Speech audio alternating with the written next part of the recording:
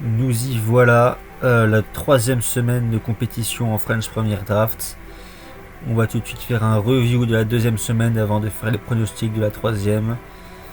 On perd pas de temps, on y va, c'est parti.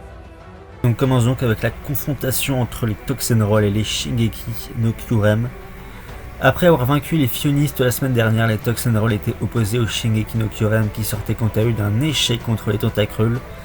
Les Toxenroll partaient donc ici cependant outsiders contre la line-up dangereuse alignée par les SNK. Et dans cette confrontation, c'est Champion qui ouvrira les hostilités en faveur des SNK en terrassant un Neilek à la surprise générale. Un Neilek qui perd son second match et qui sera donc attendu au tournant pour la suite de la compétition. Thomas de son côté a confirmé sa bonne forme et a enfoncé le clou pour les SNK en prenant le dessus sur Marty avec son X-Kadri Manette Rise. Menés par 2-0, les Toxenroll sont peu à peu revenus au score. D'abord grâce à Wait 2 Seconds qui aura tranquillement maîtrisé Feo avec un peu de réussite. Puis avec le capitaine Axel qui aura pris ses responsabilités une fois de plus pour aller créer l'exploit contre Gelbelec dans un match explosif jusqu'au bout. Revenu à 2 partout, tout allait se jouer sur la confrontation en Horace opposant Yovan 3-3-3-2-1 à Baza Nino. Un match décisif qui se sera fait attendre avec un Baza visiblement pas pressé de jouer. Le match se jouera finalement et c'est bien le joueur des Toxenroll qui ramènera la victoire à son équipe par la plus petite des marges. Une fois de plus, les SNK se font coiffer au poteau et perdant la semaine de très peu. Des échecs qui pourraient bien leur coûter cher à la fin de la compétition. On sent que la victoire ne leur échappe que de peu, qu'il leur manque encore quelque chose pour aller remporter des points. Les Toxenroll prennent quant à eux une très bonne option pour les playoffs avec ce succès et devraient pouvoir faire tourner leur équipe pour la suite de l'aventure.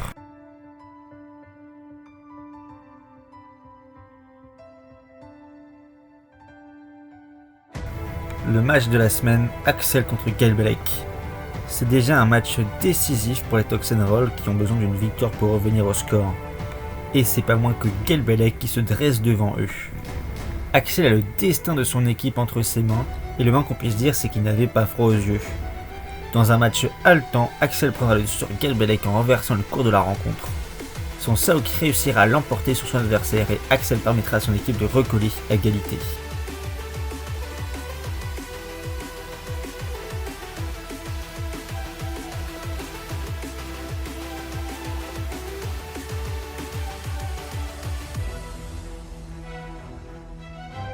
Et on enchaîne avec la rencontre opposant les Zygarde de 3% aux Tentacruel. Pour le contexte, le voilà, les Tentacruel ont emporté d'une courte tête contre les Shingeki no Kyurem la semaine passée et les Zygarde de 3% se sont fait manger tout cru par l'équipe bis des Insurperior. Logiquement, les premiers partaient largement favoris de cette confrontation, alors que les Zygarde de 3 décident en plus de faire tourner leur effectif en ayant une équipe qui a l'air assez peu compétitive sur le papier. Et on commence avec le HL de cette confrontation avec l'entrée en jeu de Masco contre Boo. Un Masco qui sortait d'une défaite compliquée contre Exa, là où Boo avait tranquillement triomphé du champion. Un écart de forme qui s'est confirmé ici avec une victoire nette et sans bavure de Boo contre un Masco en difficulté une fois de plus cette semaine. Une victoire pour bien débuter la semaine et Tentacruel ont ensuite déroulé. Xelta le capitaine s'est très logiquement imposé contre Max. Maxime après le dessus sur Inasti sans trembler et Omega s'imposera sur le fil contre Sainte-Pelle. Et ça doit bien faire 10 matchs consécutifs sans victoire en Team Tour pour Sainte-Pelle si j'en crois mes archives. Ça commence à faire beaucoup, monsieur fait de la concurrence allemand en Ligue des Champions, il s'agirait de se ressaisir tout de même. Bref, pour finir, Super Saiyan et son Hitmore Gigamax Super Show s'imposera chez les Denis pour sauver l'honneur des Zygarde 3. Mais bon, même pour le GA, on n'y croit pas trop, on sait très bien qu'ils vont finir comme Dijon tous les ans en Ligue 1, c'est-à-dire bon dernier. Les Tentacruel enchaînent donc un second succès consécutif, alors que les Zygarde de 3% enchaînent un deuxième revers consécutif. Pas grand chose à dire de plus, si ce n'est que les Zygarde de 3% se dirigent tout droit vers la Ligue 2 et les Tentacruel vers les playoffs.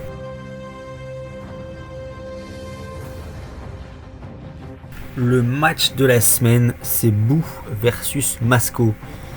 Masco a cette saison pour la première fois le peu confortable costume de joueur vedette de son équipe, étant le joueur le plus cher de son effectif. Un costume qu'il a du mal à porter avec un second échec en autant de matchs. Contre lui, un Boo très en forme qui a tranquillement dominé la rencontre sans suer, qui montre ici un haut niveau de jeu et s'avance comme l'une des valeurs sûres de cette saison.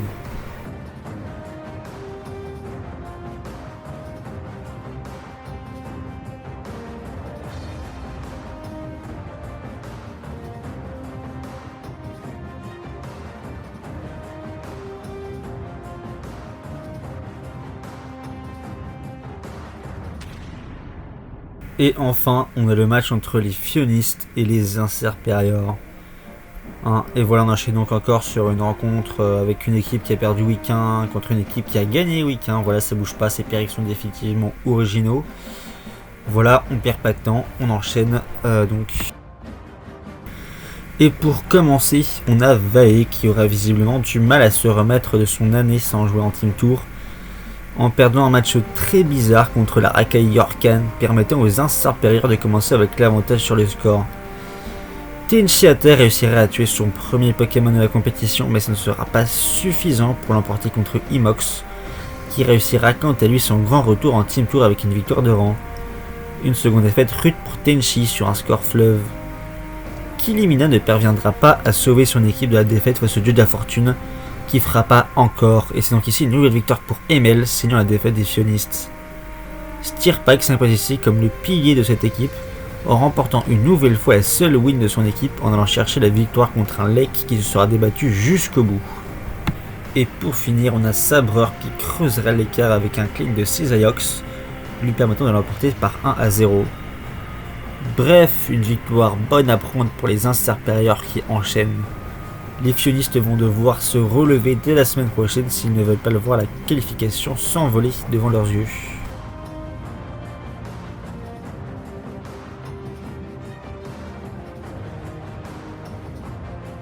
Le match de la semaine, je sais pas trop de quoi parler, donc on va parler du wheelchair de la semaine.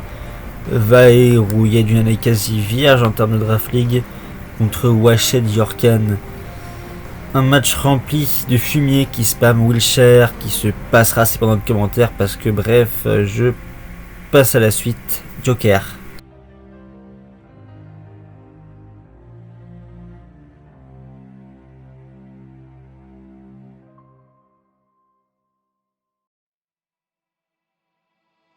Pour ce qui est du bilan de la semaine, on reprend le classement de la FPD comme on l'avait laissé, c'est-à-dire avec les Inserperiors en tête, suivi de leurs deux compères avec quelques points de goal average, donc les Tentacruel et les Toxenroll.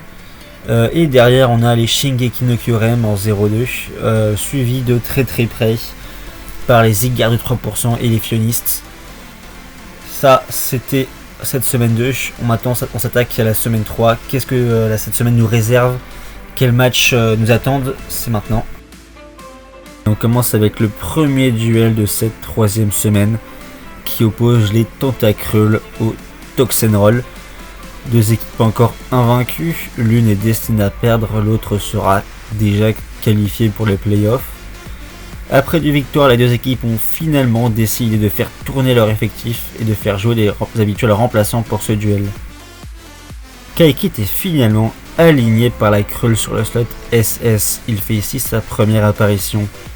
Contre lui, White 2 Seconds, assurément moins expérimenté en Draft League, mais qui fait partie des valeurs sûres de son équipe. Il a gagné ses deux derniers matchs. Il part en confiance contre Kaikit qui n'est vraiment pas le plus coté des joueurs du format.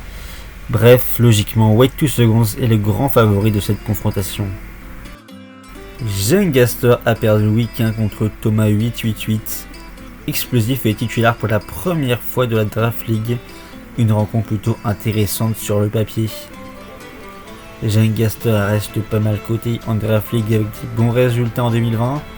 Face à lui, Explosif est loin d'être mésestimé également. On va donc avoir le droit à une rencontre entre deux habitués du format, deux joueurs qui savent jouer en Draft League. On espère donc un beau match. Pour ce qui est du prono, on s'attend à un match serré, Exploit ayant plus l'étiquette du retraité fatigué. C'est son adversaire qui partira légèrement favori. Il est là, recruté en toute fin d'enchère, c'est Colacans, le monotype player qui sera aligné en Horace contre Lou. Lou, il a gagné son match contre Draft laborieusement en semaine 1, remplacé en semaine 2, il reste un joueur avec un minimum d'expérience.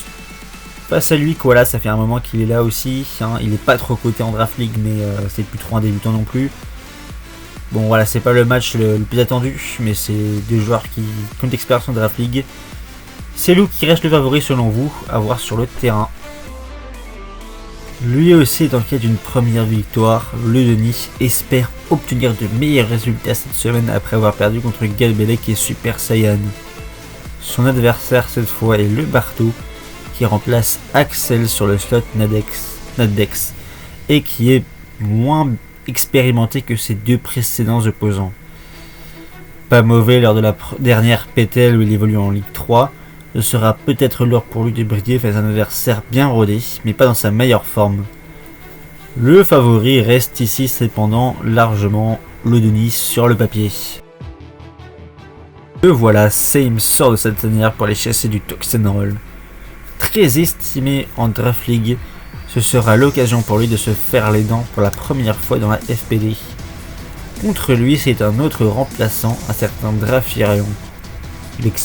L'écart d'expérience entre les deux joueurs se délimite en années-lumière, mais Axel a confiance en son joueur. On ne sait pas ce qui peut arriver en Draft League. On verra bien, mais vous êtes très peu à avoir vu Drafirion l'emporter. Au final, ça nous fait donc 4-1 environ pour les Tentacruels sur le papier. Une équipe qui possède une bonne profondeur de banc et qui peut tranquillement faire tourner leur équipe sur le papier. Ça va être dur à aller chercher pour les Toxenroll. Oui, je dis beaucoup trop de fois sur le papier parce que tout est sur le papier. Bah oui, c'est des pronostics logiques. Et on continue avec la confrontation entre les Shingeki no Kyurem et les Inserperior. Une équipe qui a perdu 2 matchs, une équipe qui a gagné 2 matchs. Pour chacune des équipes, c'est soit une qualification, soit une disqualification très probable qui peut se jouer dès cette semaine. On verra bien ce qui se passera. Après avoir perdu de peu la game décisive contre Basanino la semaine dernière, Yovan 3-3-3-2-1 est de retour cette fois-ci sur le slot SS pour affronter Lake.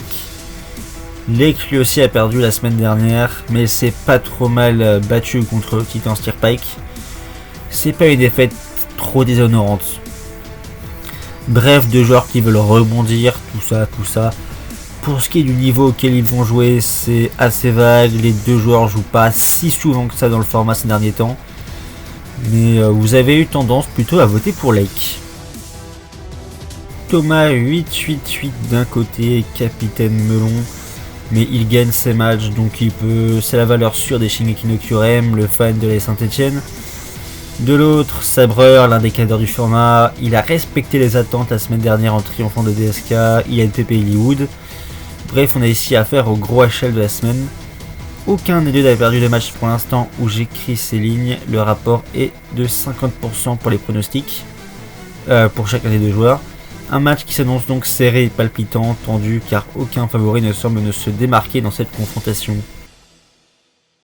Rafeu est de retour en Horace, il a eu des bons moments comme des mauvais la semaine dernière.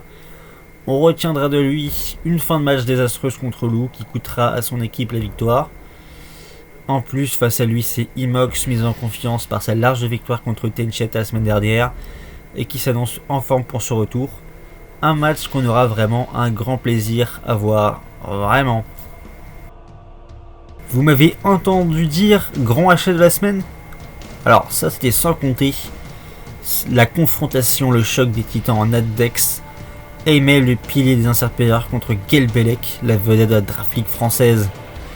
Il est là le grand match de cette semaine, voire même de la Draft League. Aimel encore invaincu, avec un peu de réussite la semaine dernière. Je dois préciser par pure honnêteté intellectuelle, voilà, c'est comme ça. Bref, contre un Gelbelec qu'il a emporté de très peu contre le Denis, avant de céder de justesse contre Axel. Un match qui semble pouvoir être très disputé, et encore une fois pour les pronostics, au moment où j'écris ces lignes, on est à l'égalité parfaite entre les deux joueurs. Donc vraiment beaucoup de suspense pour ce match. Et enfin, champion le plus nul qui continue son petit bonhomme de chemin contre Sirdi. Un match dans lequel j'ai pas grand chose à dire, si ce n'est que champion par favori. Sirdi manque d'expérience contre son aîné, il n'a pas forcément beaucoup impressionné lors de son match contre Gachubraz. Mais c'est assez étrangement Sirdi qui part favori selon vous dans ce match en fait. Donc j'ai raconté de la daube.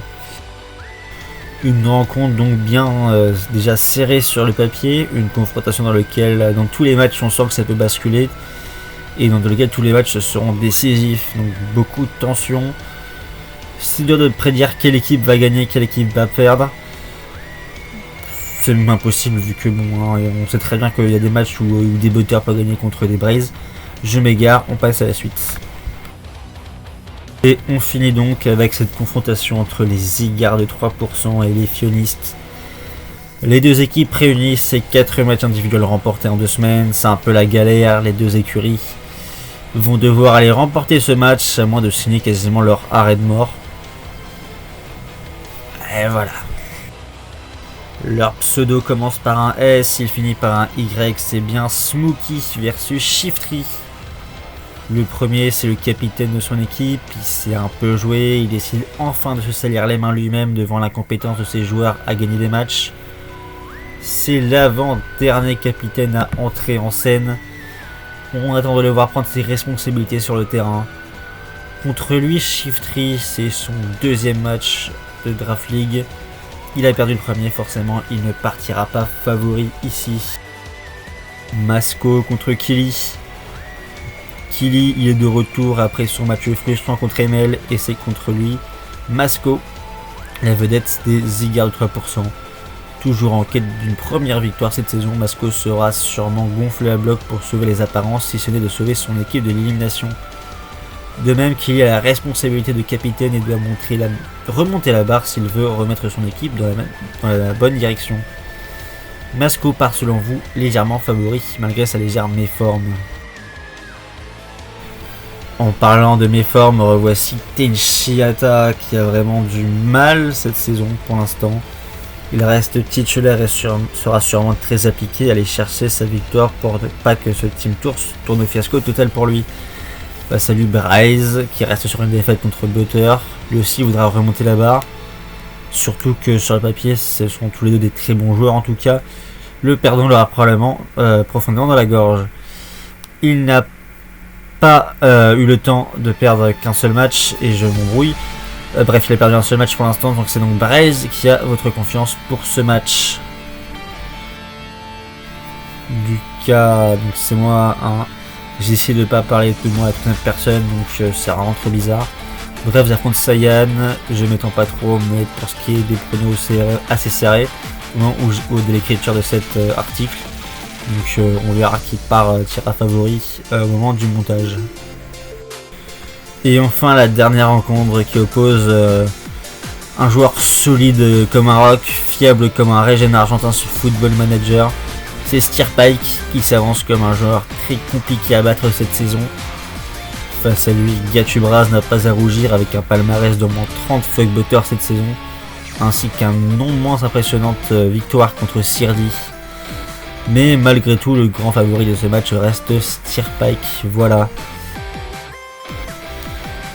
Bref, une autre rencontre sur le papier qui s'endosse très serré, c'est compliqué de savoir qui va l'emporter. On verra à la fin de la semaine qui sera le trou du cul de cette Draft League. Bref, c'est tout pour cet article. Et ça va faire 20 minutes de commenter.